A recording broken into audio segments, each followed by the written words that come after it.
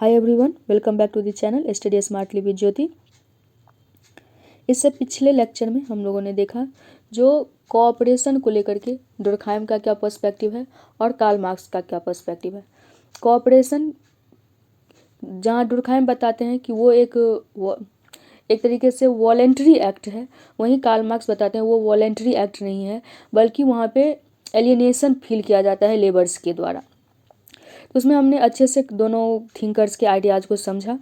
आज जो हमारा टॉपिक है वो है competition as an idea and practice. तो सबसे पहले अगर हम बात कंपटीशन की, तो कंपटीशन जो है वो ह्यूमन सोसाइटी जो है इसमें तब से एग्जिस्ट कर रहा है जब से ह्यूमन एग्जिस्ट कर रहा है। लेकिन कंपटीशन का जो फॉर्म था वो जिस रूप में आज हम कंपटीशन को देखते हैं वैसा नहीं था। ऐसा इसलिए नहीं था क्योंकि उस समय सबसे पहले तो पॉपुलेशन जो है वो लिमिटेड था, कम पॉपुलेशन था, रिसोर्सेस अवेलेबल थे।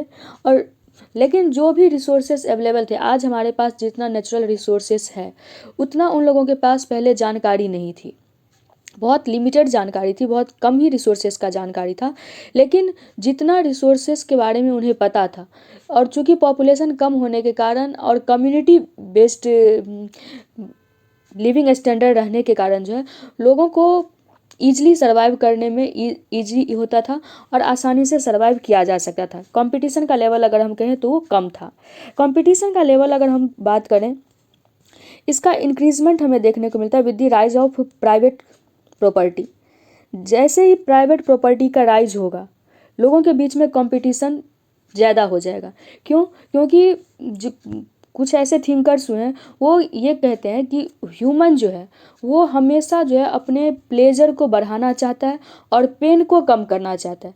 यानी अपने लाइफ के अंदर जो अच्छी चीज़ें हैं उसको वो बढ़ाना चाहता है, कुछ अच्छे लाइफ स्टाइल वो रखना चाहता है और चाहता है जो उसको लॉस कम से कम हो। वो अपने लाइफ में आने वाले पेन्स को कम करना चाहता है।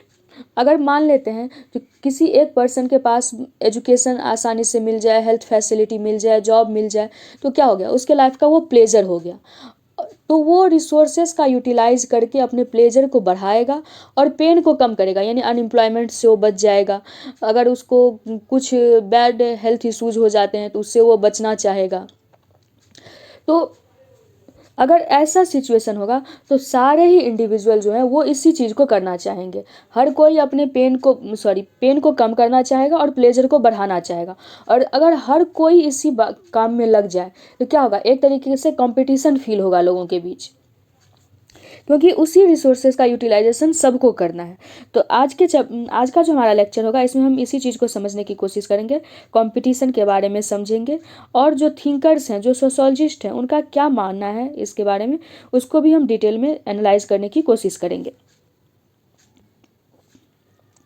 As in the case of cooperation, discussion on the concept of competition often proceed with the idea that competition is universal and natural. इसमें बताया गया कि जब हम कोऑपरेशन को पढ़ते हैं, चूँकि किसी भी चीज़ का दो फेस होता है। अगर कंपटीशन है तो कोऑपरेशन भी होगा, अगर कोऑपरेशन है तो कंपटीशन भी एग्जिस्ट करेगा सोसाइटी के अंदर।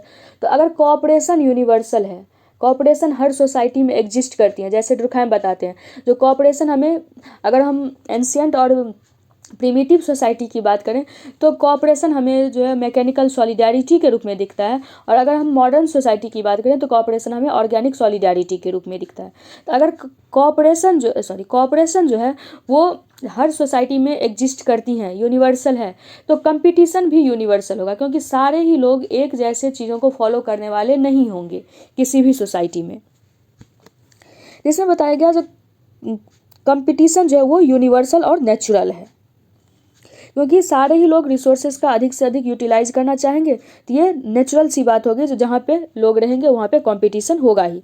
But going back to our discussion on how sociological explanation is different from naturalistic one, यानी हमें इस चैप्टर के अंदर ये समझना है कि हम मान के चलते हैं नेचुरल क्या है कि बहुत सारे लोग रह रहे हैं, सारे लोगों को रिसोर्सेज का यूटिलाइजेशन करना है, तो कुछ लोग चाहेंगे जो हम अधिक से अधिक रिसोर्सेज का यूज कर लें, तो हम इसको एक नेचुरल फेनोमेना मान के चलते हैं। लेकिन इस नेचुरल फेनोमेना को सोशोलॉजिस्ट किस रूप में देखने की कोशिश करते हैं उसके बारे में हम समझेंगे। It is important to understand competition as a social entity that emerges and becomes dominant in society at a particular historical point of time. इस चैप्टर के अंदर, इस लेक्चर के अंदर हम ये समझने की कोशिश करेंगे कि कंपटीशन जो है एक सोशल एंटिटी के रूप में किस तरीके से इमर्ज हुआ और डिफरेंट पॉइंट ऑफ टाइम में हिस्टोरिकल डेवलपमेंट में किस तरीके से कंपटीशन हमें देखने को मिलता है, इसके बारे में समझने की कोशिश करेंगे। किस पॉइंट ऑफ टाइम में हिस्ट्री में जो है कंपटीशन डोमिनेट किया है और किस पॉइंट ऑफ टाइम में जो है वो हमें कोऑपरेशन देखने को मिला है। In the contemporary period, it is a predominant idea and often we find it difficult to think that there can be any society where competition is not a guiding force. अगर हम आज के contemporary world की बात करें after industrialisation, तो कोई भी ऐसा सोसाइटी नहीं होगा जहाँ पे गाइडिंग फोर्स के रूप में कंपटीशन काम ना कर रहा हो। हर सोसाइटी चाहती होगी आफ्टर इंडस्ट्रियलाइजेशन कि वो अपने जो है रिसोर्सेज का ज़्यादा से ज़्यादा यूटिलाइज कर पाए और अच्छे से यूटिलाइज कर पाए, उसको एफिशिएंट वे में यूटिलाइज कर पाए। तो हमारा जो कंटेम्प्रेरी वर्ल्ड है उसका एक इम्पॉर्टेंट गाइडिंग फोर्स के रूप में कंपटीशन काम करता है, क्योंकि हमारे कंटेम्प्रेरी वर्ल्ड में जो है इंडिविजुअलिज्म बहुत ज़्यादा है, कैपिटलिज्म है, और जहाँ पे इंडिविजुअलिज्म और कैपिटलिज्म होगा तो वहाँ पे हम समझेंगे कि ऑलरेडी कंपटीशन वहाँ पे एग्जिस्ट करेगा। An anecdote of a school teacher who recounted her experience with children in a remote area in Africa draws attention to the fact that competition itself has to explained sociologically and not as a natural phenomena. The anecdote refers to the teacher's assumption that the children will naturally rejoice at the idea of a competitive race where the winner would get a chocolate as a prize. To her surprise, her suggestions not only did not evoke any enthusiasm but instead seems to cause considerable anxiety and distress. On probing further, they expressed their distaste for a game where there would be a winners and losers. This went against their idea of fun, which meant for them a necessarily cooperative and collective experience and not a competitive one where the rewards necessarily exclude some and rewards one or few. इसमें एक teacher जो है वो Africa के अपने कुछ experience को जो है वो बताते हैं। उसमें बताते हैं कि एक समय में जब एक टीचर अपने स्कूल में क्लास के अंदर बच्चों को बोलती है कि वो एक गेम कराएगी, वो एक रेस कराएगी और उस रेस के अंदर जो जीतेगा उसको प्राइज़ दिया जाएगा चॉकलेट के रूप में, यानी उसको रिवॉर्ड किया जाएगा। उस टीचर का ये मानना था जो बच्चे ये सुन करके खुश होंगे कि उनको रिवॉर्ड मिलने वाला है, लेकिन उस टीचर को सरप्राइज तब हुआ जब बच्चे जो है उस बात से खुश नहीं हुए बल्कि वो सैड हो गए, वो और दुखी हो गए इस आइडिया को लेकर के, ये चीज़ सोच करके कि जो उनके जो क्लासमेट्स हैं उसमें से कोई एक जो है वो लूजर होगा और कोई एक विनर होगा। यानी एक तरीके से हम कह सकते हैं कि वहाँ पे जो बच्चे थे उसमें कलेक्टिविटी का आइडिया जो है वो प्रिवेल कर रहा था, उसको आपस में जो है सो कोऑपरेशन का जो फीलिंग्स है, कोऑपरेशन की जो थॉट्स हैं वो उनमें ज़्यादा थी in comparison to the competition. लेकिन आज की अगर हम कंटेम्प्रेरी वर्ल्ड की बात करें तो आज के कंटेम्प्रेरी वर्ल्ड में हमें जो है वो कोऑपरेशन दिखता है लेकिन कंपटीशन ज़्यादा दिखता है। कंपटीशन जो है वो डोमिनेट करता है आज के वर्ल्ड को। In the contemporary world, however, competition is the dominant norm and practice. यानी contemporary world की अगर हम बात करें तो कंटेम्प्रेरी वर्ल्ड में कंपटीशन जो है वो डोमिनेट करता है। Classical sociological thinkers such as Emile Durkheim and Karl Marx have noted the growth of individualism and competition respectively in modern societies. Both developments are intrinsic to the way modern capitalist society functions. The stress is on greater efficiency and greater profit maximization. The underlying assumptions of capitalism are expansion of trade, division of labor, specialization and hence rising productivity. जो हमारे classical sociologist हुए, classical sociologist यानी जो old sociologist थे, जो जिन्होंने sociology को as a subject matter develop किया है, तो उनको बोलते हैं क्लासिकल सोशोलॉजिस्ट। तो क्लासिकल सोशोलॉजिस्ट चूँकि हम सब जानते हैं जो सोशियोलॉजी एज अ सब्जेक्ट जो है वो हमें देखने को मिलता है अगस्त कॉम्ट से। और अगस्त कॉम्ट ने सोशियोलॉजी एज अ सब्जेक्ट के बारे में सोचा।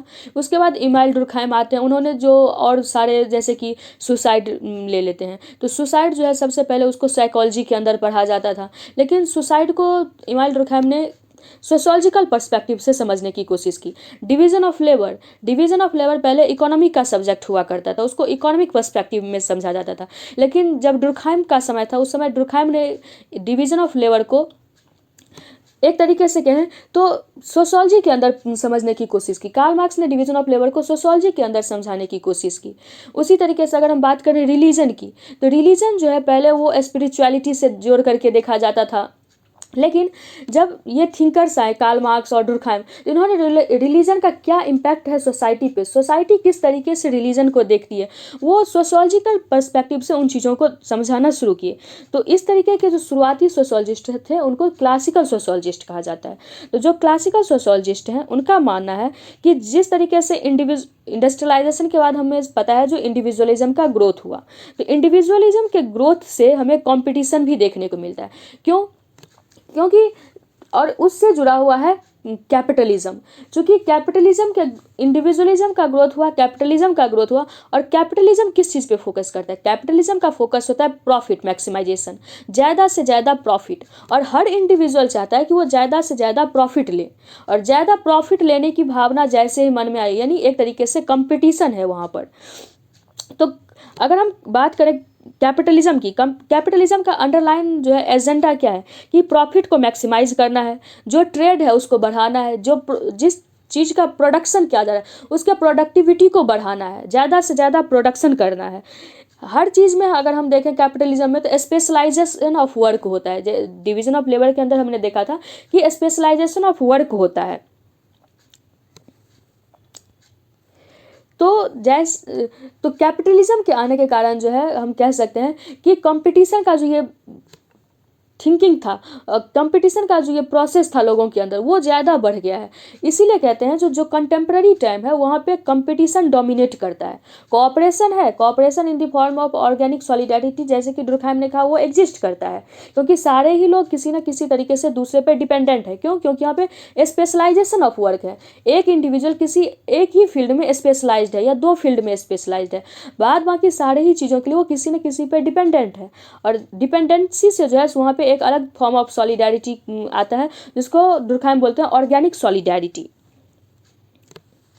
अब देखते हैं next. And this process of self sustaining growth are fulfilled by the central theme of capitalism, rational individualism in free competition in the marketplace, each strives to maximize profit। जो हमने discuss किया कि ये प्रोडक्टिविटी ज़्यादा कब होगा, specialisation कब होगा, जब कंपटीशन लोगों के बीच में ज़्यादा होगा।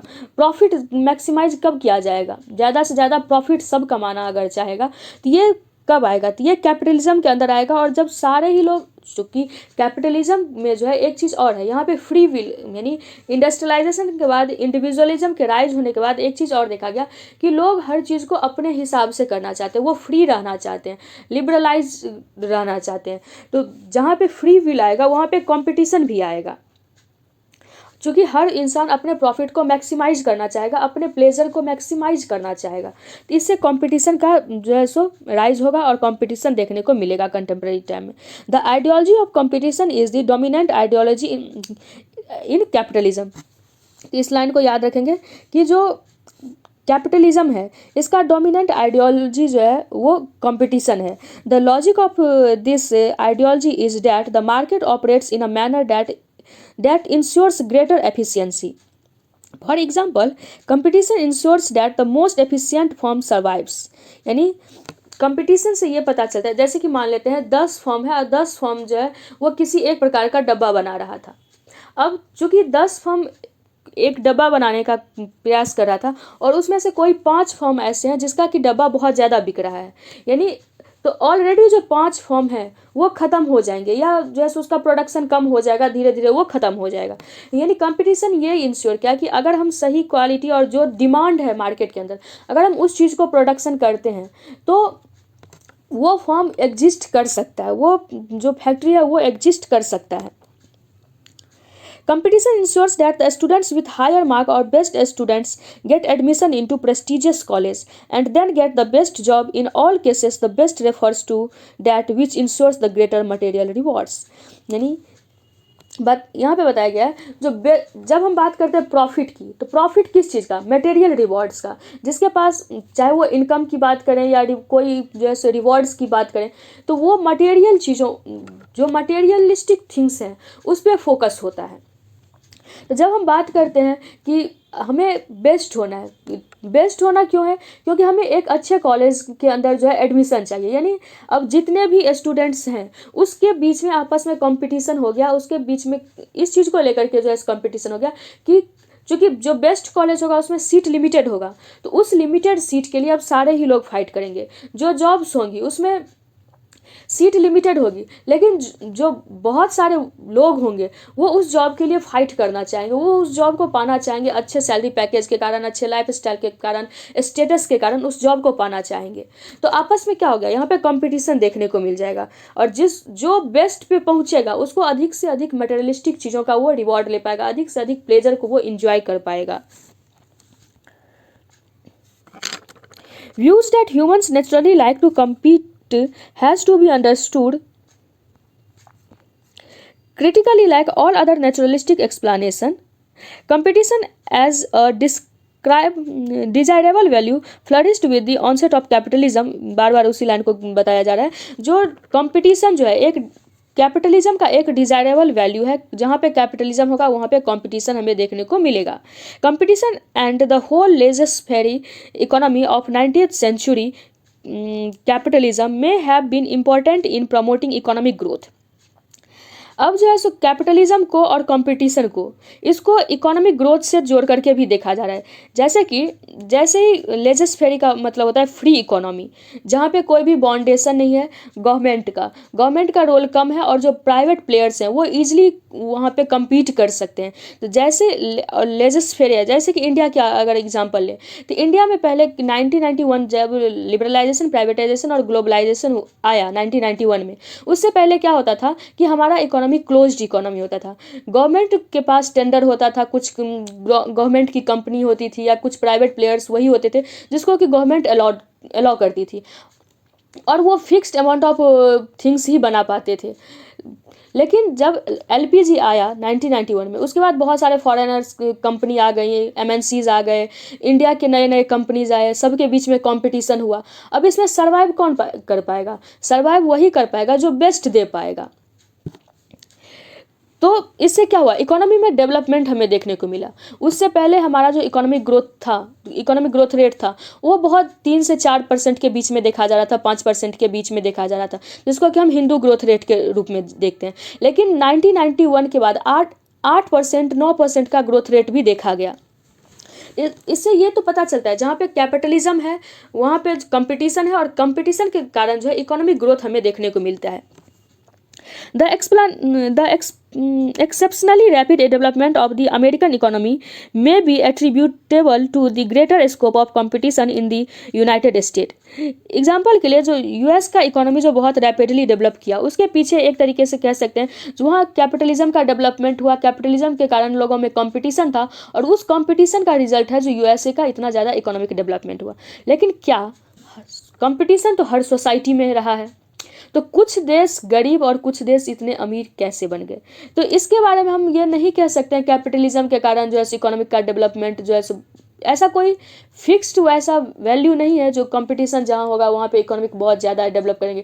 कंपटीशन भी किस तरीके का कंपटीशन है, ऐसा तो नहीं जो हर कंपनी, आप कंपटीशन में भी जो है कोऑपरेशन हो सकता है कि वो कोऑपरेट भी करे, एक दूसरे को जो है सो वो इवेल्युएट भी करे और चीज़ों को बेहतर भी बना सकते हैं। और एक कंपटीशन ये भी हो सकता है जो निगेटिवली हर चीज़ को इम्पैक्ट कर रहा है। But still we cannot produce any exact correlation between the extent of competition or the intensity of the competitive spirit. यानी कंपटीशन और कॉम्पिटेटिव स्पिरिट दोनों में डिफरेंस है। कंपटीशन तो हर जगह होगा, लेकिन कॉम्पिटेटिव स्पिरिट किस तरीके से है लोगों के बीच, वो इंपॉर्टेंट होता है। किसी में कॉम्पिटेटिव स्पिरिट अगर कम है, कंपटीशन तो है ही क्योंकि रिसोर्सेज जो है वो लिमिटेड है, तो हर इंडिविजुअल चाहेगा जिसको बेहतर मिले, लेकिन उसमें कॉम्पिटेटिव स्पिरिट कितना है, वो कितना कोशिश कर रहा है कि उस चीज़ को वो अचीव कर सके, वो होता है competitive spirit. And the rate of economic growth in different societies, and on the other hand there are grounds for supposing that competition has both less welcome effects. यानी ज़रूरी नहीं है जो कंपटीशन से हमेशा जो है वो फ़ायदा ही हो, उससे कुछ नुकसान भी हो सकते हैं कभी कभी, ये बॉटमोर का मानना है। This ideology assumes that individuals compete on an equal basis.